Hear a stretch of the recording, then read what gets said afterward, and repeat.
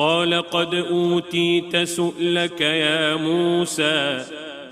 ولقد مننا عليك مرة أخرى إذ أوحينا إلى أمك ما يوحى أن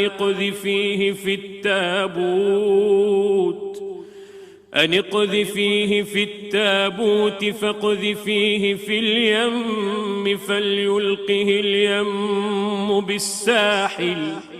فليلقه اليم بالساحل يأخذه عدو لي وعدو له وألقيت عليك محبة مني ولتصنع على عيني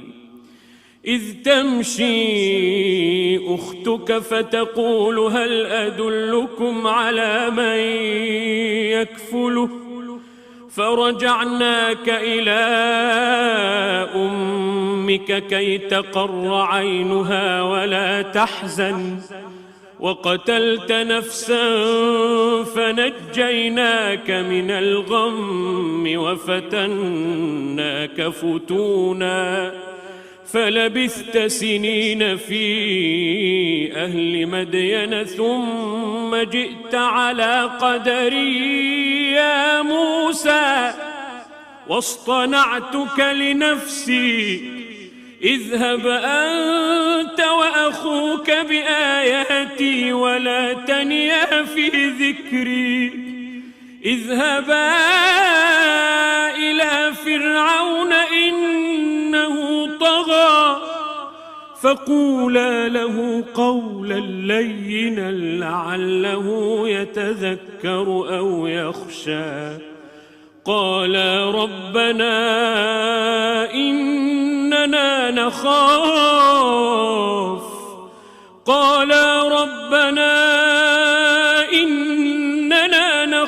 أن يفرط علينا أو أن يطغى قال لا تخافا إنني معكما أسمع وأرى فأتياه فقولا إنا رسولا ربك فأرسل معنا بني إسرائيل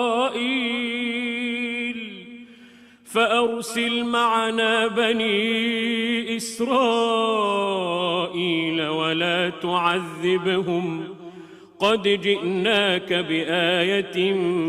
من ربك والسلام على من اتبع الهدى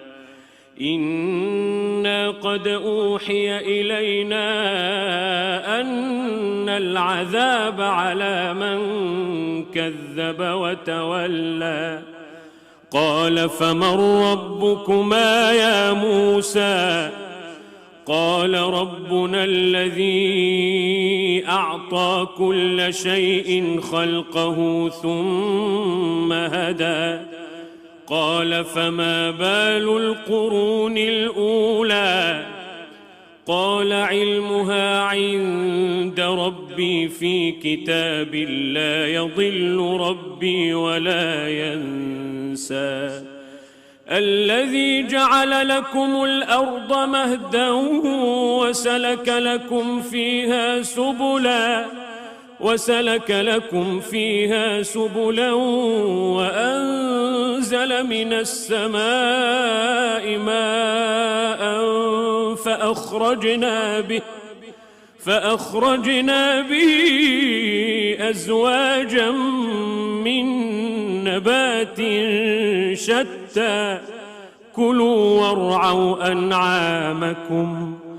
إن في ذلك لآيات لأولي النهى منها خلقناكم وفيها نعيدكم ومنها نخرجكم تارة أخرى ولقد أريناه آياتنا كلها فكذب وأبى قال أجئتنا لتخرجنا من أرضنا بسحرك يا موسى فلنأتينك بسحر مثله فاجعل بيننا وبينك موعدا لا نخلفه نحن ولا أنت مكانا سوى قال موعدكم يوم الزينة وأن يحشر الناس ضحى فتولى فرعون فجمع كيده ثم أتى قال لهم موسى ويلكم لا تفتروا على الله كذبا فيسحتكم بعذاب وقد خاب من افترى فتنازعوا أمرهم بينهم وأسروا النجوى قالوا إن هذان لساحران يريدان أن يخرجاكم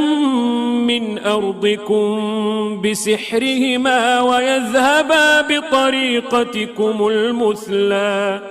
فأجمعوا كيدكم ثم أتوا صفا وقد أفلح اليوم من استعلى قالوا يا موسى إما أن تلقي وإما أن نكون أول من ألقى قال بل ألقوا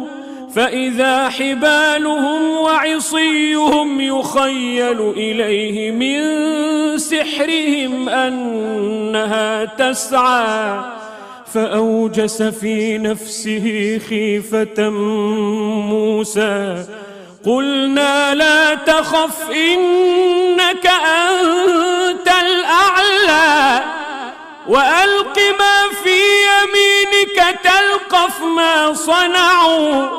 إنما صنعوا كيد ساحر ولا يفلح الساحر حيث أتى فألقي السحرة سجدا قالوا آمنا برب هارون وموسى قال آمنتم له قبل أن آذن لكم إنه لكبيركم الذي علمكم السحر فلأقطعن أيديكم وأرجلكم من خلاف ولأصلبنكم في جذوع النخل ولتعلمن أينا أشد عذابا وأبقى قالوا لن نؤثرك على ما جاءنا من البينات والذي فطرنا فاقض ما أنت قاض إنما تقضي هذه الحياة الدنيا إنا آمنا بربنا ليغفر لنا خطايانا وما أكرهتنا عليه من السحر والله خير وأبقى إنه من يأت ربه مجرما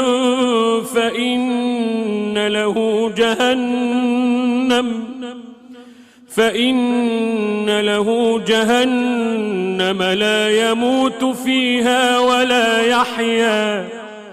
ومن يأته مؤمنا قد عمل الصالحات فأولئك لهم الدرجات العلى جنات عدن تجري من تحتها الأنهار خالدين فيها وذلك جزاء من تزكى. ولقد أوحينا إلى موسى أن أسر بعبادي فاضرب لهم طريقا في البحر يبسا لا تخاف دركا ولا تخشى. فأتبعهم فرعون بجنوده فغشيهم من اليم ما غشيهم وأضل فرعون قومه وما هدى. يا بني إسرائيل قد أنجيناكم من عدوكم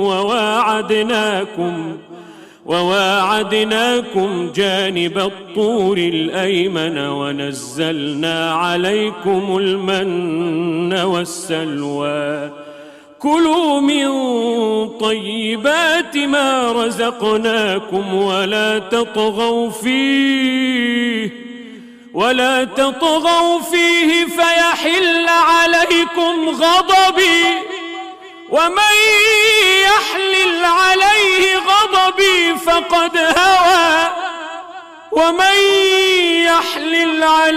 غضبي فقد هوى وإني لغفار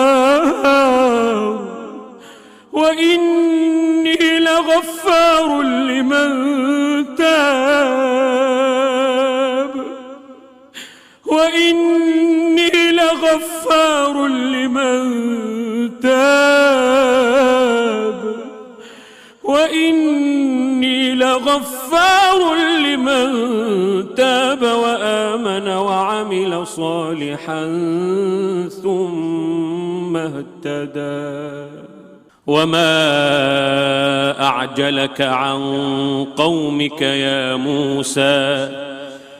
قال هم أولئك على أثري وعجلت إليك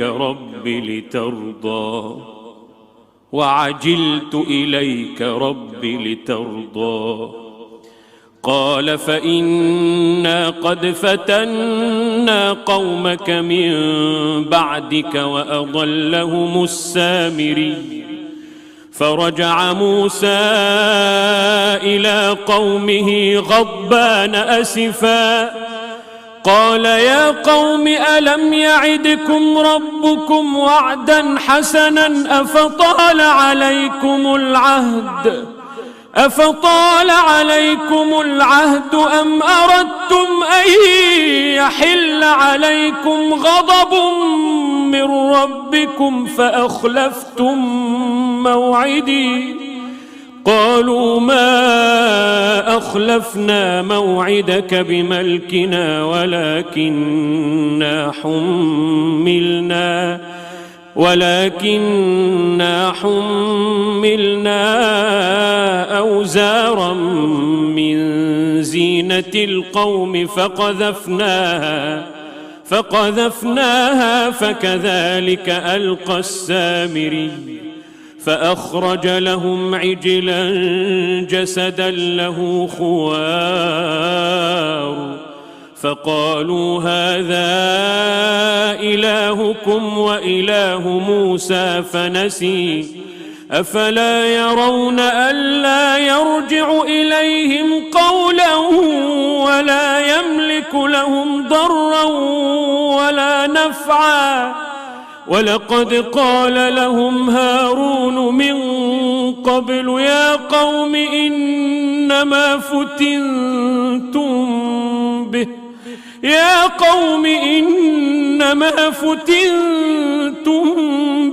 وإن ربكم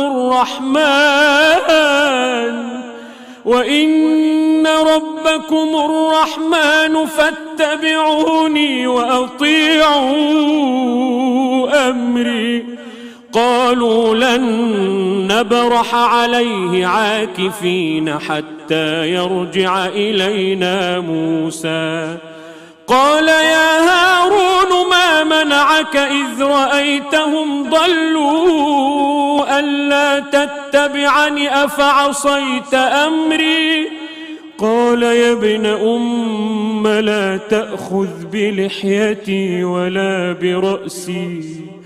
إني خشيت أن تقول فرقت بين بني إسرائيل ولم ترقب قولي.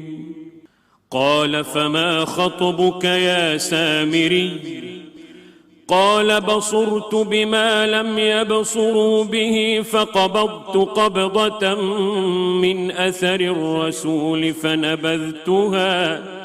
فنبذتها وكذلك سولت لي نفسي. قال فاذهب فإن لك في الحياة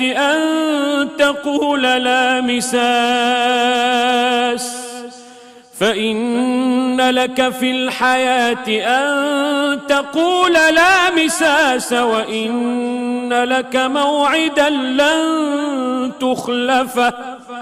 وانظر إلى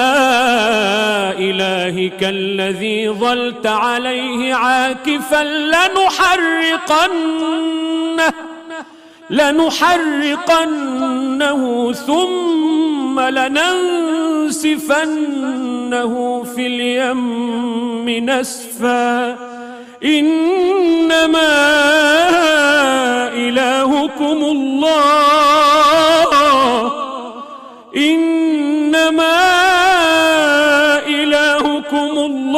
الذي لا إله إلا هو وسع كل شيء علما كذلك نقص عليك من أنباء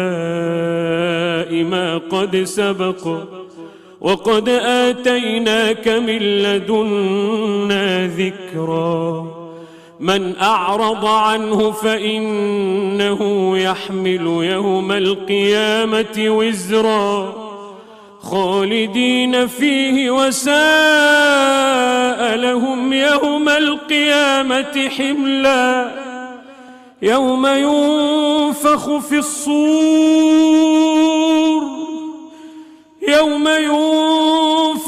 الصور ونحشر المجرمين يومئذ زرقا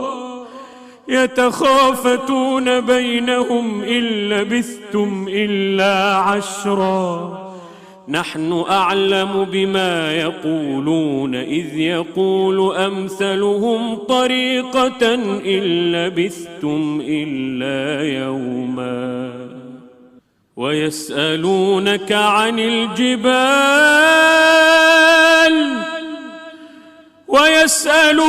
عن الجبال فقل ينسفها ربي نسفا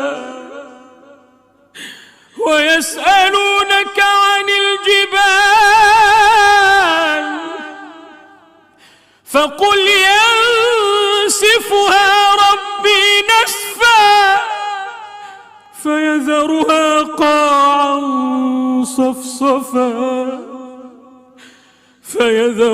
قاعا صفصفا لا ترى فيها عوجا ولا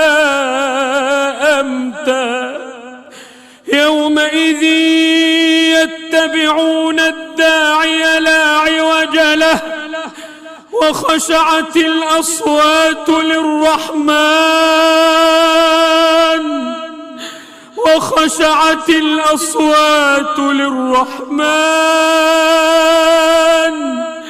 فلا تسمع إلا همسا يومئذ يتبعون الداعي لا عوج له وخشعت الأصوات للرحمن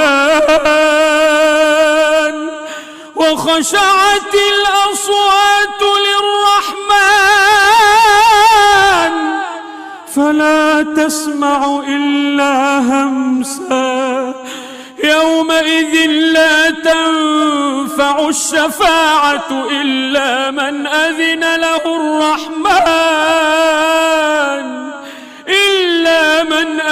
له الرحمن ورضي له قولا يعلم ما بين أيديهم وما خلفهم يعلم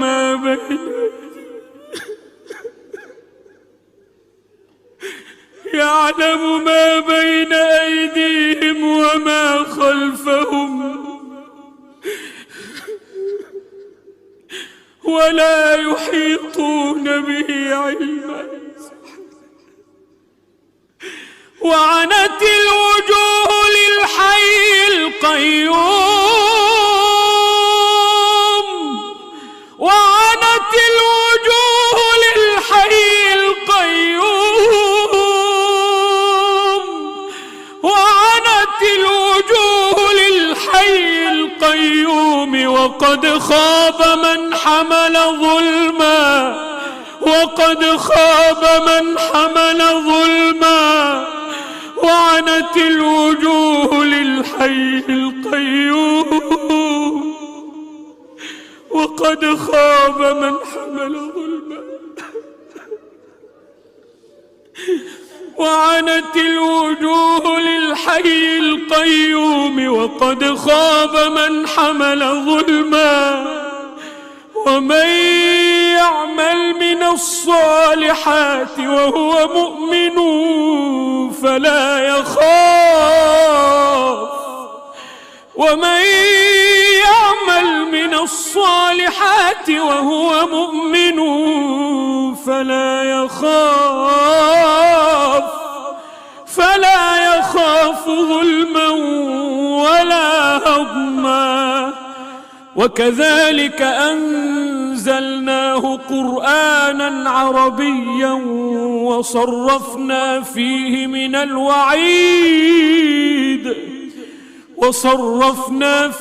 من الوعيد لعلهم يتقون أو يحدث لهم ذكرا فتعالى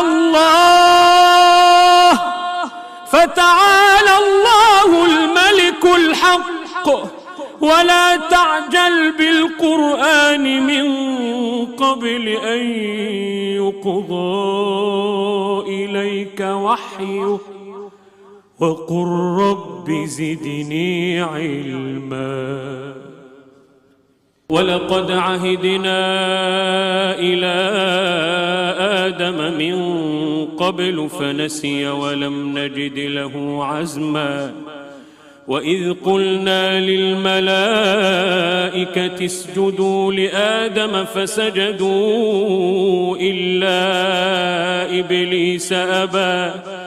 فقلنا يا آدم إن هذا عدو لك ولزوجك فلا يخرجنكما من الجنة فتشقى إن لك ألا تجوع فيها ولا تعرى وأنك لا تظمأ فيها ولا تضحى فوسوس إليه الشيطان قال يا آدم هل أدلك على شجرة الخلد وملك لا يبلى فأكلا منها فبدت لهما سوآتهما وطفقا يخصفان عليهما من ورق الجنة وعصى آدم ربه فغوى ثم اجتباه ربه فتاب عليه وهدى قال اهبطا منها جميعا بعضكم لبعض عدو فإما يأتينكم مني هدى فمن اتبع هداي فلا يضل ولا يشقى ومن أعرض عن ذكري فإن له معيشة ضنكا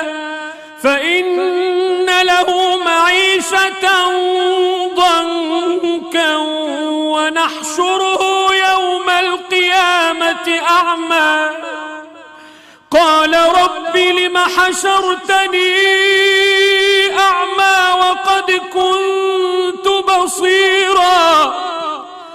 قال رب لم حشرتني أعمى وقد كنت بصيرا قال كذلك أتتك آياتنا فنسيتها وكذلك اليوم تنسى وكذلك نجزي من أسرف ولم يؤمن بآيات ربه ولعذاب الآخرة أشد وأبقى أفلم يهد لهم كم أهلكنا قبلهم من القرون يمشون في مساكنهم إن في ذلك لآيات لأولي النهى ولولا كلمة سبقت من ربك لكان لزاما وأجل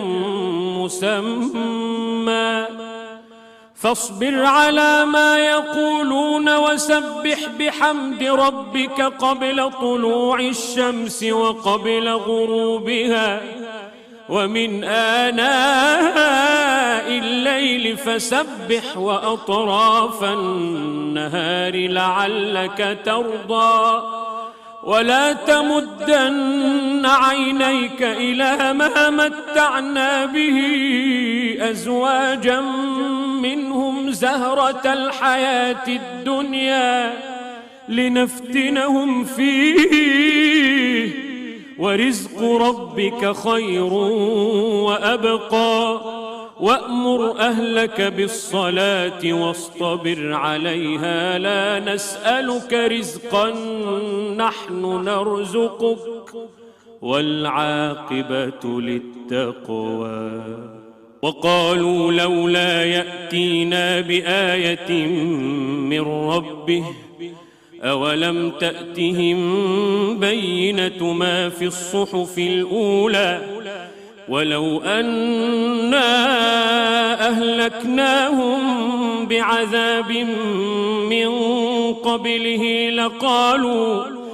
لقالوا ربنا لولا أرسلت إلينا رسولا فنتبع آياتك من قبل أن نذل ونخزى قل كل متربص فتربصوا فستعلمون من أصحاب الصراط السوي ومن اهتدى الله